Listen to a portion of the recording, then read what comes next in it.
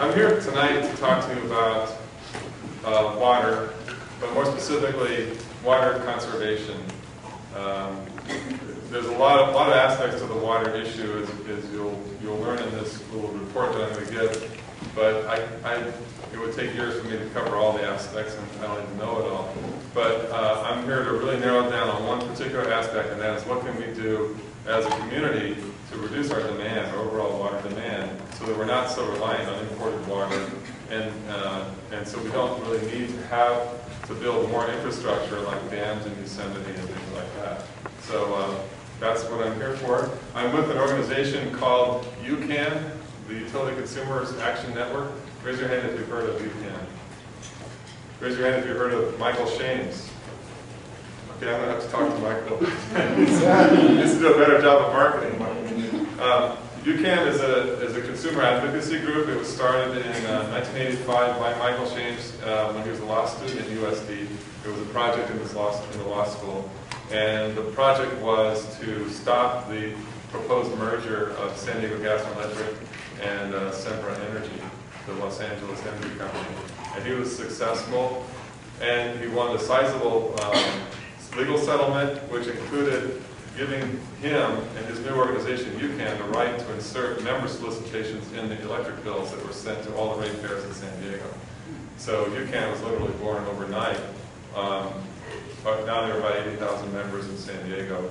UCANN works primarily on energy issues historically, but it's expanded to lots of other ratepayer-related issues, such as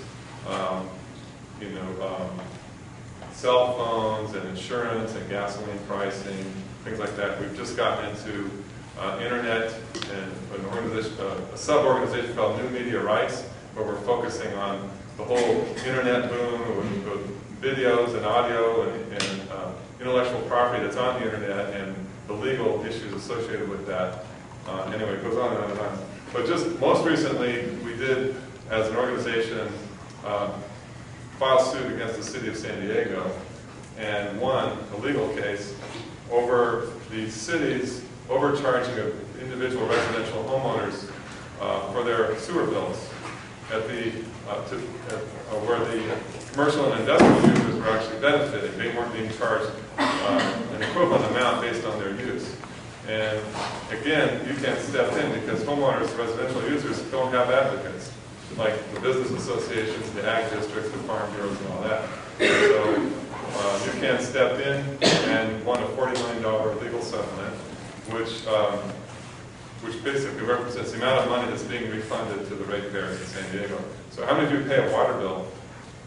Have you ever noticed on the bill that you're getting now like a $3 or $6 credit? It says the settlement credit or the Shames settlement. If you're in the city of San Diego, it's on your bill every month or 2 months. And that's what that is. That's $40 million being returned to you over a period of years. So anyway, that's what UCANN does. They're our friends. They're my friends. They pay me. So here we go. We just published a paper called, what was it called? The Challenge of the Century, Cutting Edge Strategies to make San Diego the world's most water-wise region. I expect a lot of people to be running off to the bathroom because of the water runs. Okay, so there's been a lot of discussion around the media and the news and newspapers and from your own experience looking at reservoirs that are low and so forth about water shortage and global climate change and the drought in the forests and the mountains and Colorado River, et cetera, et cetera. And you come away from a lot of these discussions wondering if there really is a problem. And the way people throw numbers around, you kind of aren't sure at the end of the day. Well, I submit that we really need to take a conservative approach. Because if we screw up and we think that we have enough water and we really don't, then we're really doomed. So we really need to take a cup is half empty approach to this whole water problem. We sit at the very end of a very long, expensive, fragile, leaky, and vulnerable pipeline. Here in San Diego, we get all of our water, over 90% of our water is imported from either the Colorado River over here, via the Colorado River Aqueduct, or any of the number of aqueducts in the Central Valley, state and federal. The bulk of our water, of course these are just aqueducts, they're transporting water that's produced up here.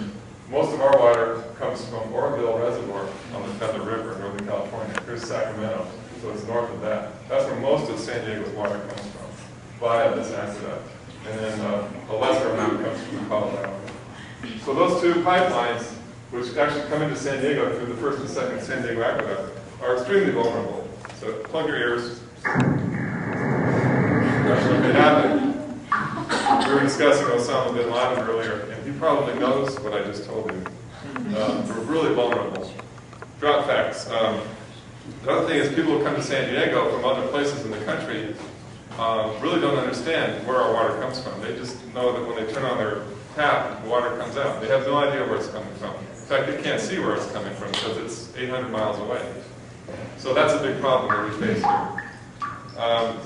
The 20-gallon challenge campaign, which we'll be hearing about later this evening, is a good campaign. It's an educational campaign, but the reality is we need much more than that. In fact, we're finding that it's really not working. In the city of San Diego, I heard Jim Vera, who directs the city's water department, said that we've achieved about a 5% savings against a goal of 10% for the 20-gallon challenge campaign. The county water authority has launched a $1.8 million campaign, marketing, television commercials, billboards, and so forth. And yet, a recent poll showed that 52% of San Diego citizens have never heard of the campaign. So we have some real serious issues reaching out to people. Conservation of water is a win-win-win, benefits water agencies, the environment, and consumers. This is an image of El Capitan, I think that's El Capitan Reservoir, possibly San Vicente Reservoir.